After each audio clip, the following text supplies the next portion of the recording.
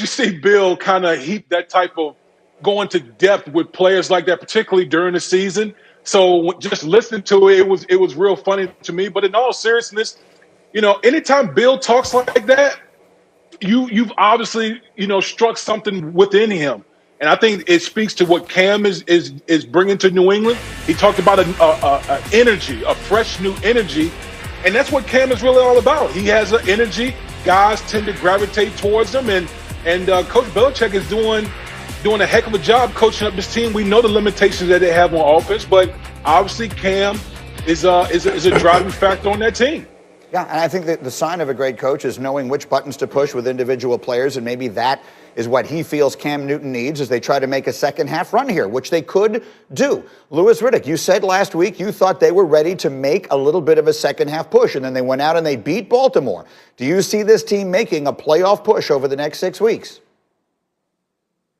Yeah, I would not count them out at all. And I think a lot of it has to do with the fact that there is that intangible that this team has that Bill is talking about when he's referencing Cam Newton right there, that you can't really quantify objectively.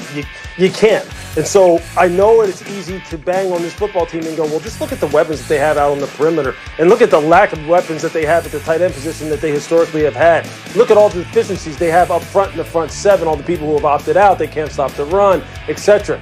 Well, what they did against Baltimore in adverse conditions up there in typical New England weather was vintage Patriots, vintage Bill Belichick, and I think it is all stemming from that energy that Cam has and that he brings, and I think he is laying to rest a lot of the preconceptions that people have about him as far as him being an I guy versus a team guy, because he has put that team on his back, and they seem to like it like that.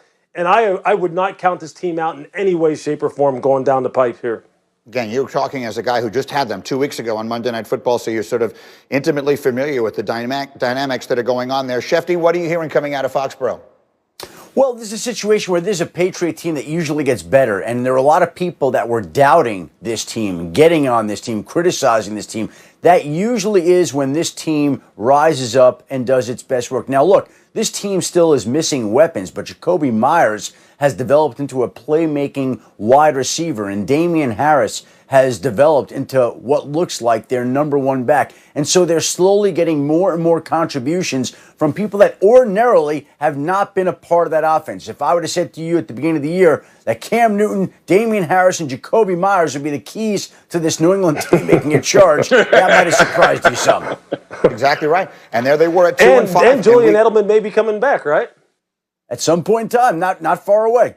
Here they are with a chance to, in a game in which they are favored, to get themselves back to 500 as we get to Thanksgiving, and we'll see what they can put together. Meanwhile, it is time right now for Dominique and his, Shefty's got a call. Could be big news. Hey. Meanwhile, Dominique and the unique perspective. Ready all night, tell him here I come. Ready all night, tell him here I come. Look at me, I'm handsome, fast, quick. Doesn't take much for me to, I'm modest, humble, Doesn't take much for me to be confident. Every week at this time, our man Dominique brings us his unique perspective. What do we have today, Mr. Foxworth? Jameis Winston makes the Saints potentially more dangerous and a better Super Bowl contending team than Drew Brees. I know how crazy it sounds because Drew Brees is great. And I know that Himbo put up those great stats earlier about what what Drew Brees was before Sean Payton. It was a lot like Jameis Winston. So if Sean Payton can bring the best, I got emoji face. We got emoji face.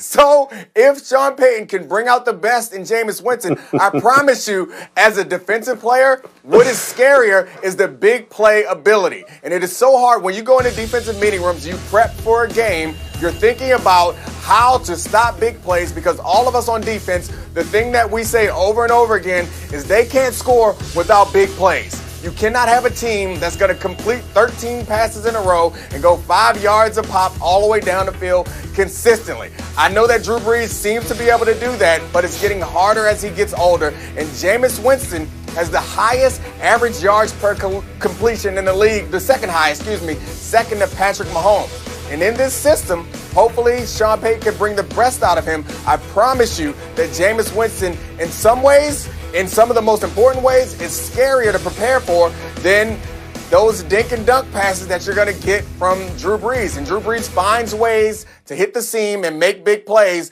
but it's a lot more difficult to play defense when you have to cover the entire field than when you are focused on getting these slants or these screen passes to Alvin Kamara. It's a lot scarier when you add the deep threat to that. So if Sean Payton can coach the turnovers out of Jameis Winston, that offense is a lot scarier with Jameis and that big arm than it is with Drew Brees. I know it sounds crazy.